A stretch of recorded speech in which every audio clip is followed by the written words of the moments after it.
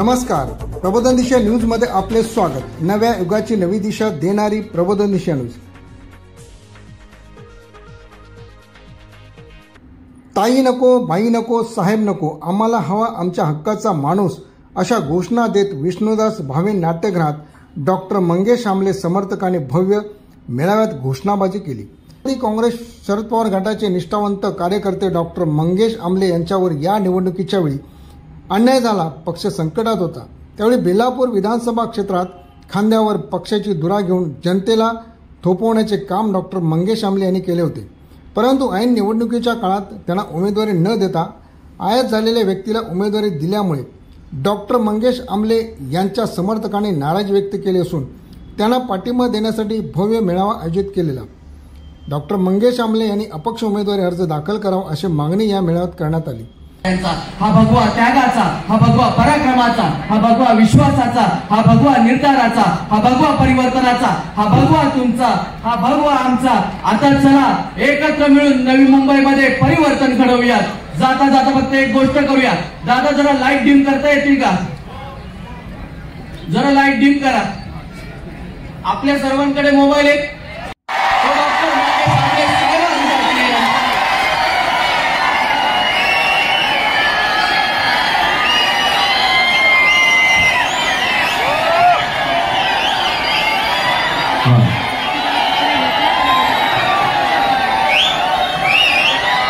जाता जाता फक्त एवढंच म्हणतो की हमारा विरोध करना आसान है, लेकिन हमारा विरोधी बनना संभव नहीं।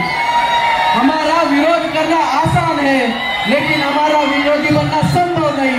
हम जब भी बिखरे हैं दुगनी रफ्तार से निकले हैं। ही रफ्तार घेऊन 20 तारखेला बहुमताने आदरणीय डॉक्टर मंगेश आमले साहेबांना मतदान करूया आणि 23 तारखेला विधानसभेमध्ये आपल्या सर्वांसाठी पाठवूया।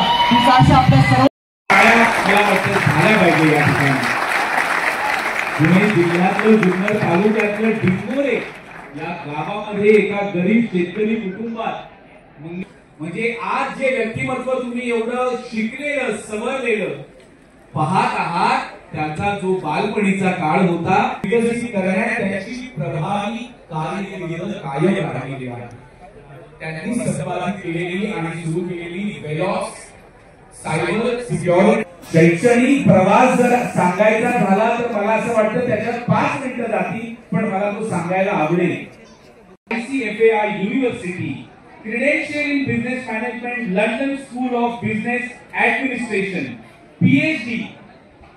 PhD मानद computer science and technology, sunrise university, professional doctorate European international university Paris आणि DELITE युरोपियन इंटरनॅशनल पॅरिस असेल किंवा इतर अनेक पंथाचे लोक राहतात। या सगळ्यांना जोडण्याचं काम, माणसाला माणूस जोडण्याचं काम ज्यांच्या मगाशी मी म्हटल्याप्रमाणे आज डॉक्टर मंगेश आमले या नावाला खरं तर परिचयाची गरज नाही, तरी सुद्धा आपल्यामध्ये जर कोणी त्यांचा एक अल्प परिचय देऊ इच्छितो, पण त्याआधी उभा महाराष्ट्राचं जे आराध्य दैवत आहे ते छत्रपती शिवाजी महाराज यांना मानाचा मुजरा करू।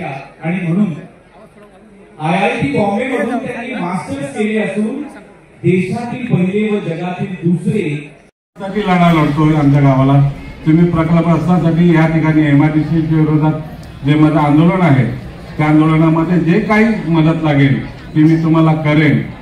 म्हणजे माझ्या ज्या प्रकल्पग्रस्तांचे जितके मोठे नेते झाले त्यांच्याकडे मी गेल्यानंतर प्रत्यक्ष आम्ही करू, पण त्याच्यामध्ये काय फायदा होणार नाही हे नाही, आणि फायद्यासाठी न करता प्रकल्पग्रस्तांना न्याय देण्यासाठी आपण काम करावं असं जर कोणी मला मंत्र दिला असेल तर ते आपले डॉक्टर मंगेश आमले आहेत। आणि त्यांचा मी फार ऋणी आहे, कारण कोणीतरी एक आपल्याला पुश करणारा माणूस असायला पाहिजे, आणि त्याच्यामध्ये डॉक्टर मंगेश आमले यशस्वी आहेत माझ्या पाठीमागे।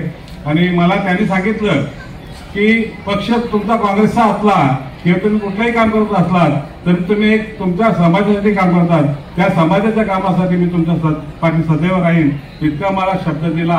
आणि त्यासाठी मी त्यांना त्वरित त्यांच्या वाढदिवसानिमित्त ज्या वेळेला मठामध्ये आले होते त्यांनी सांगितलं की तुम्ही जर राष्ट्रवादीच्या पक्षातून उभे राहत असाल तर मी तुमच्या बरोबर आहे। आता समजा राष्ट्रवादी आता तिकीट दिलं नाही परंतु मित्र म्हणून मी त्याच्या सोबत आहे. कधी त्यांनी मला आवाज द्यावा, मी त्यांच्या बरोबर राहील. जय हिंद, जय महाराष्ट्र. धन्यवाद संतोष दादा. उपस्थित आहेत आणि आपण त्यांच्यापेक्षा जास्त मोठे मान्यवर आहेत जे या कार्यक्रमाच्या निमित्तानं उपस्थित राहील. त्या सर्वांचं मी या ठिकाणी आभार मानतो. एक थोडक्यात सांगतो की परवा मंगेश सरांचा माझा फोन झाला. बरेच लोक मला फ्रूट मार्केट मधला प्रतिनिधी म्हणून ओळखतात, पण राजकीय सुद्धा कार्यकर्ता मी काम करतो. पडद्याचं दादांना सुद्धा माहिती आहे कोणाशी माझे संबंध आहेत, कोणाबरोबर मी उठतो बसतो. तर जेव्हा इथली तिकीट जाहीर झाली तेव्हा मी दादांना फोन केला, साहेब तुमची भूमिका काय? कारण इथल्या पत्रकारांना सुद्धा माहिती आहे की रात्रीत भूमिका बदलणारे, रात्रीत पक्ष बदलणारे लोक आहेत, पण तो आमचा झुंबरी आहे ना, तो बदलला नाही. त्याने मला सांगितलं डायरेक्ट साहेबांनी की महेश काय झालं तरी निवडणूक लढल्याशिवाय मी थांबणार नाही. म्हणून मी ज्या पक्षाचं काम करतो त्यांना सुद्धा मी निरोप देऊन आलो की आता काय झालं तरी मी यांच्या पाठीशी उभा राहणार. आणि जी मंडळी, जी तरुण कार्यकर्ते बरेचसे इकडं चांगलं वक्तव्य केलं, सगळ्यांनी चांगली भाषणं केली, परंतु मित्रांनो एक लक्षात ठेवा ही निवडणूक आहे. इथं भाषण नाही चालत, इथं तुमचे कॉन्टॅक्ट चालतात. तुमच्या गल्लीत तुमचे किती कार्यकर्ते, तुमच्या बिल्डिंग मध्ये तुमचे किती कार्यकर्ते, याच्यावर या निवडणुका लढल्या जातात. याचा मायक्रो सिस्टीम तुम्ही निर्माण केली तर ही निवडणूक इथली सगळी लोक आहेत एवढीच तुम्हाला जिंकून देतील. फक्त माझी एवढीच विनंती आहे की फक्त ज्या गोष्टी आपण बोलू त्या बोलण्यापेक्षा आपण जर रूटमध्ये गेलो, प्रत्येक मतदारापर्यंत आपण जर पोहोचलो, या निवडणुकीचा हा एकच वैशिष्ट्य आहे. ही निवडणूक कोण जिंकतो साहेब? जो प्रत्येक उमेदवार मतदारांपर्यंत पोहोचतो तोच ही निवडणूक जिंकतो. त्याच्यामध्ये तुम्ही किती गोंगाट घेतला, फार मोठ्या, आता आपण बघितलं महाराष्ट्राच्या राजकारणामध्ये फार फार मोठे मोठे लोक आहेत ज्यांच्या लाखोच्या सभा होतात पण निवडून एक पण येत नाही. त्याचं कारणच असं आहे की कार्यकर्ते हे मतदारांपर्यंत पोहोचले पाहिजे. तुम्ही जर मतदारांपर्यंत पोहोचले ना तर 23 तारखेला गुलाल आपलाच आहे.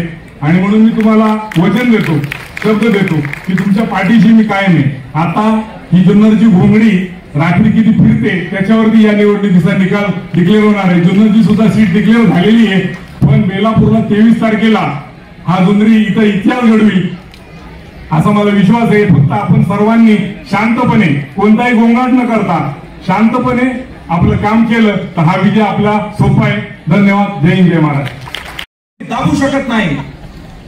आपण छत्रपतींचे पाईक आहोत हे आपण विसरता कामा नये.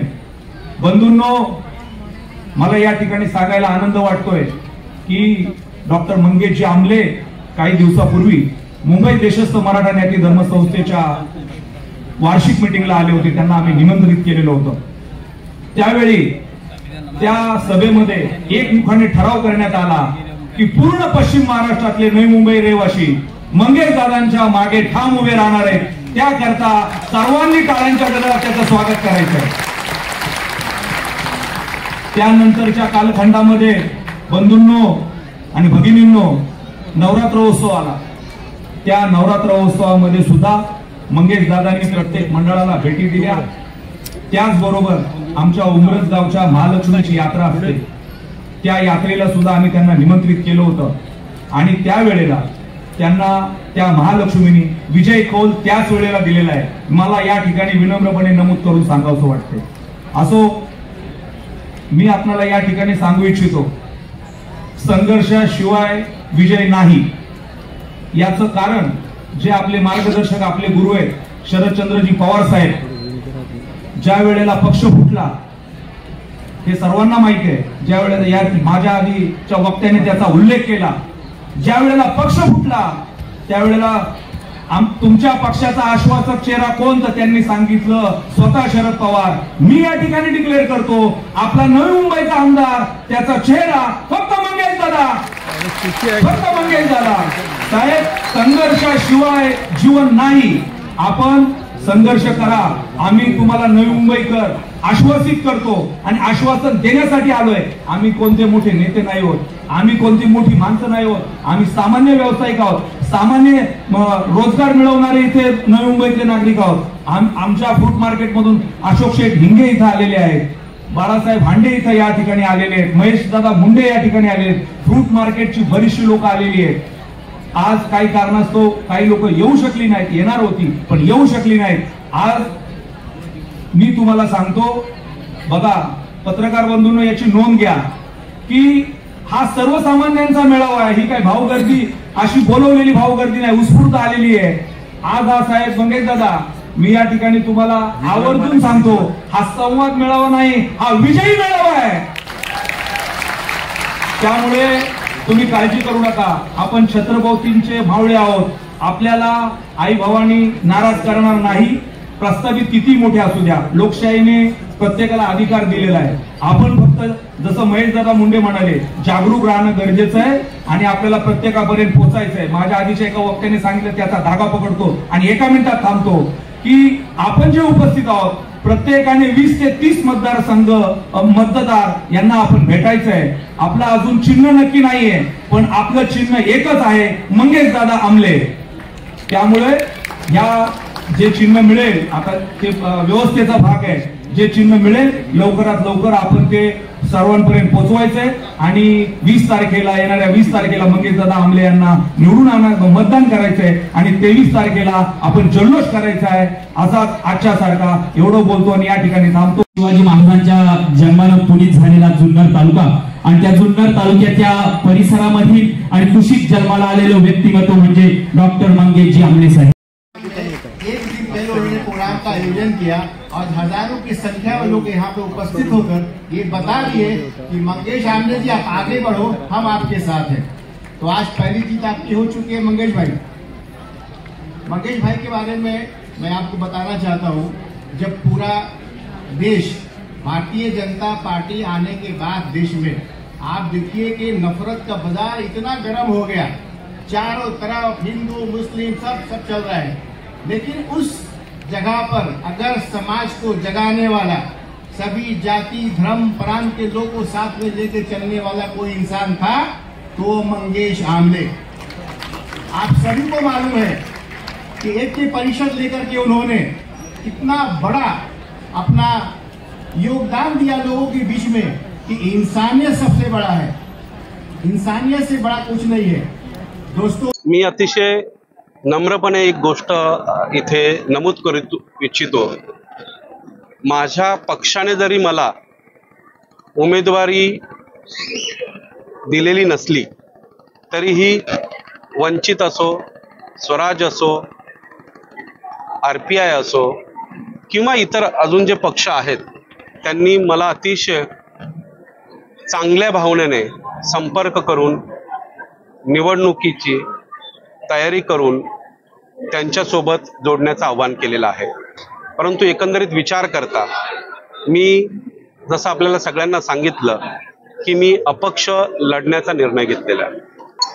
पक्षावर नाराजी हा विषय त्याच्यामध्ये येत नाही. खरं तर पक्ष हा कोणा व्यक्तीकडून चालवला जात नाही, तर तो काही विशिष्ट घटकांकडून चालवला जातो. आता त्यांनी जर ठरवलं असेल की आपल्याला मंगेश आमलेला न देता कोणा इतराला द्यायचे, तो सर्वस्वी त्यांचा प्रश्न आहे. परंतु तुम्ही सगळे पत्रकार मित्र आहात, तुम्ही अनेक सर्वेज घेतलेत, आतापर्यंत ऑनलाईन सर्वेज झालेत.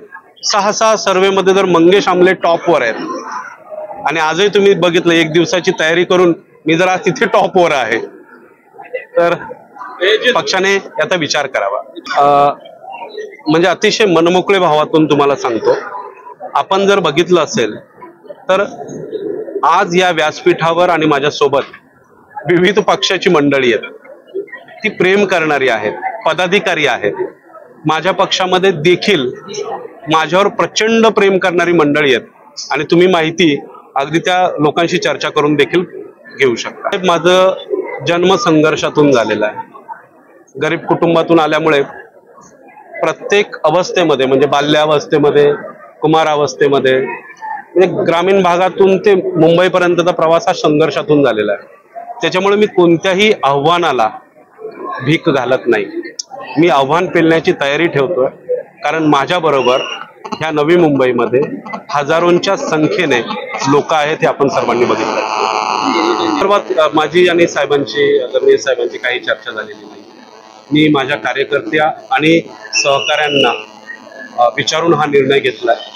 तो कसा घ्यायचा, का घ्यायचा, हे मंगेश आमले या व्यक्तीचं वैयक्तिक निर्णय नसून आमच्या कोर कमिटी आणि सहकाऱ्यांचा निर्णय. निर्धार मी निश्चितपणे केलेला आहे लढण्याचा, कारण तुतारीच्या निमित्ताने मी घराघरामध्ये पोहोचलेलो आहे. मला जे स्वप्न माझ्या वरिष्ठांनी दाखवलं होतं ते मी माझ्या सहकारी आणि कार्यकर्त्यांना दाखवलं आणि ते स्वप्न त्यांनी पाहिलं. त्यांचं स्वतःचं स्वप्न झालं आणि आज ते स्वप्न कुठेतरी कॉम्प्रोमाइज्ड होत आहे. त्याच्यामुळे मला हा लढण्याचा निर्णय घ्यावा लागतो.